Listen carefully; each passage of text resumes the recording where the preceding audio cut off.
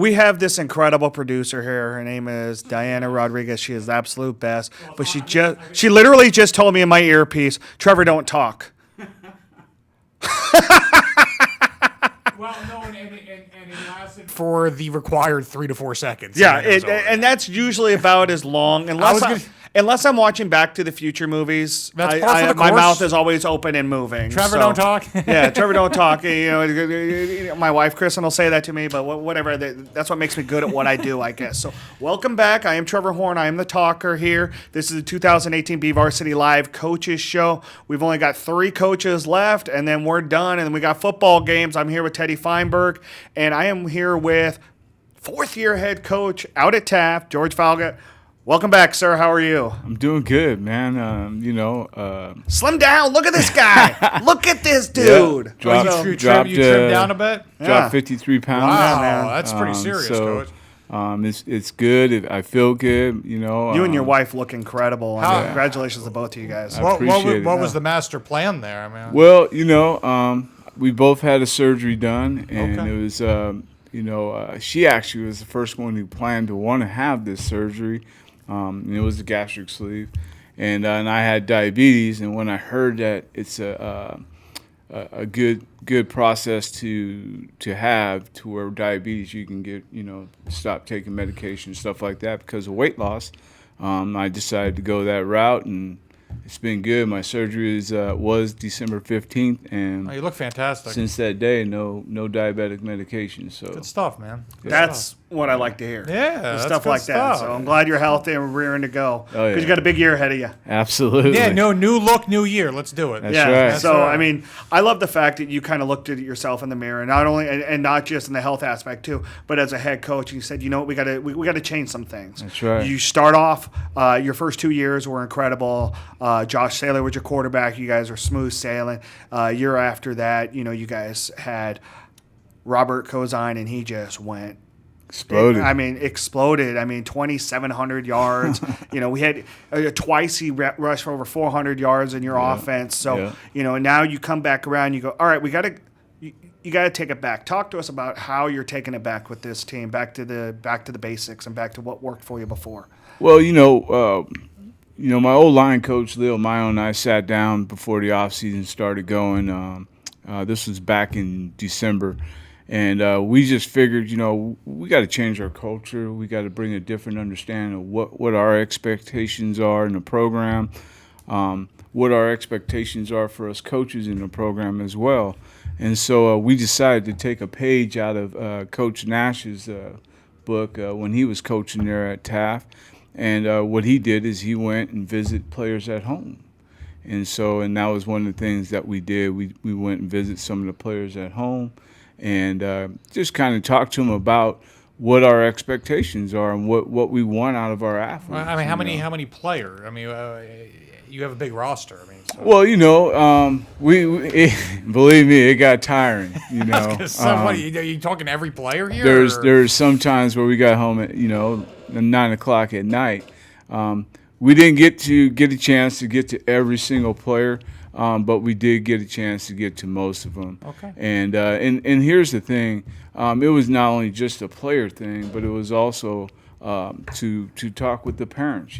Because as well as I do, when it comes to communication with kids, when you tell them something, they go home. It's a total different story. Yeah, I don't think we'd never be too involved. Seriously, I don't think we'd never be too involved. And so that was our goal. In the off season was to make sure we're all on the same page. Make sure that the parents also understand and know what we expect from our kids, our student athletes and stuff. And for the most part, everybody accepted for what we were doing, and that's what we need to do. Because last year, we talked when you came out to the field.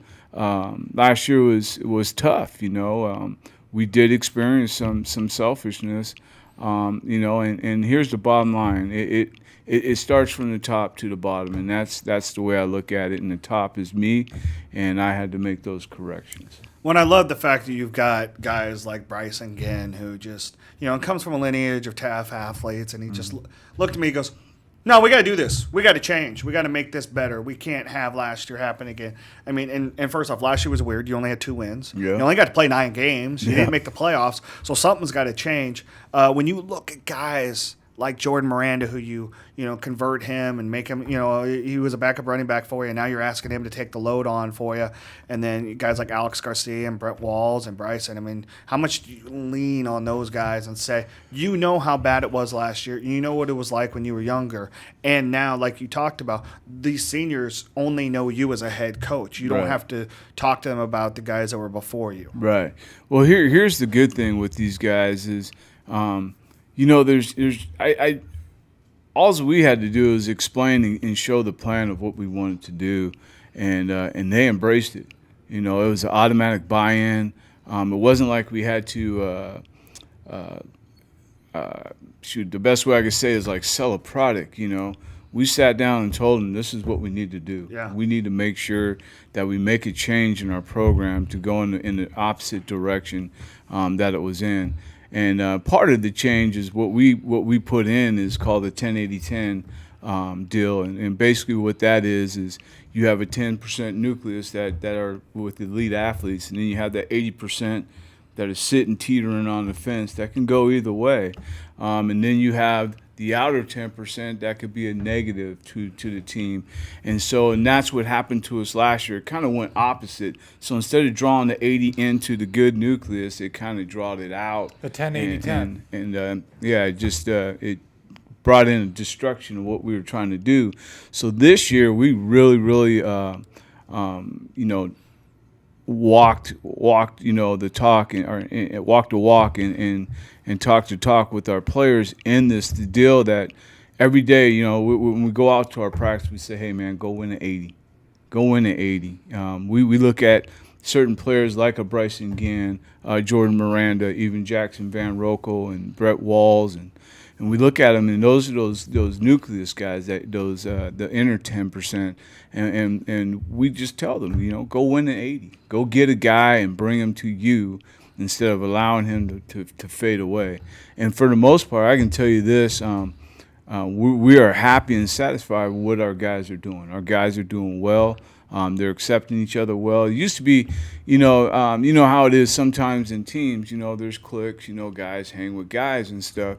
Well, we don't have that, man. It's everybody's hanging with everybody, and there is no cliquish things going on. And that was part of the other problem too, is that. And when you have stuff like that and you have negativity, man, there's no leadership, and that's what we lacked last year. And this year, the leadership's there. It's positive results. It's positive input.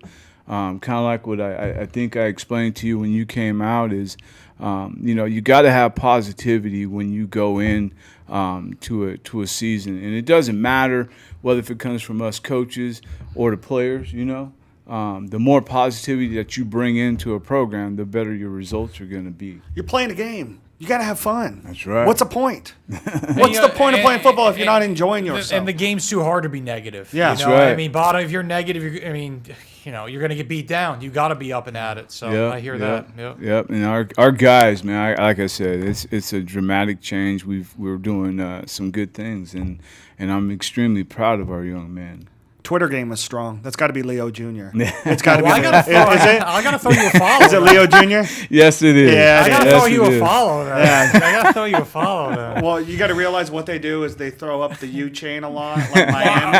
Dude, I noticed. Yeah, I saw the logo right here. Yeah. So, George, before we let you go, let's talk about what this non-league schedule set you up for, because obviously in the SSL you got 6 opponents, so you only get 4 games before you start getting the league. So you're at home against Kern Valley. You got Cal City at home in a rare 7 p.m. game, just because that's the way the HDL kind of works, right? And then you go up into mountain football at Tehachapi, and then you got Coalinga at home. So 3 of the 4 games at home. Obviously, that sets a tone for you. That allows those kids to sleep in their own bed, and and know that they're playing in their stadium. But how critical are those 4 games for you? They're extremely critical. We don't look at when we go and look at games, we look at it as one step at a time. We set these games up, because we feel it's what's best for our program, what's best for our kids. I'm not sure, but I believe Kern Valley has a new head coach up there. They do. New old guy. Yeah, new Ish. old guy. Ben Goffin, it used to be their head coach. He stepped away after the 2014 season to be more of a dad when Brandon Deckard, who he took over, who's now the head coach of Foothill. So Ben Goffin, it's back. So Got you. Okay, well, I just know that either way, I look at teams, when we prepare for teams that are top quality teams. Yeah. And so, in all these teams that we're playing in the first four, I think they're top quality football teams. Cal City, of course, they have athletes, Tehachapi, the Mountain Men. They even in August they're going to grow that grass long, try to slow down your offense. That's funny. It's true though. I've heard so many stories, man. But then again, the water pipe main broke, so who knows? I mean, they were playing. It was like it was in Trona. It looked like they were playing in Trona because it was just flat dirt. Trona has no dirt. They play on a dirt football field. Yeah. And then, in Taft and Tehachapi had some history in the past. Sure. Former SSL rivalry. Yeah, and Leo Mano Jr., he was on that 2007 Valley Championship team. And every time when I bring up, hey, we got, I'm talking to the kids, and I'll say, yeah, we got Tehachapi Game 3, and I can just out of the corner of my eye, I can see him cringe, because he says, he always tells me, Coach, we never beat Tehachapi. And I say, well, there's always a first. That's right. Doug DeGear is going to be our last guest today before we end the show. So, yeah. George, always appreciate you coming down. Thank you for making the way down. I know you've had to do a phoner on this before. Appreciate you coming on down. Go get some Asian experience tonight and have one on me. That's a great place to eat. Yes, sir. So thank you. Appreciate your time. Good luck to you in the SSL this year. When we come back, Bakersfield High head coach Paul Gola. He's talking to John Metis right now. I don't know if I could pull him away right now, but he's our next guest here on the BVarsity Live Coaches Show. We'll be right back.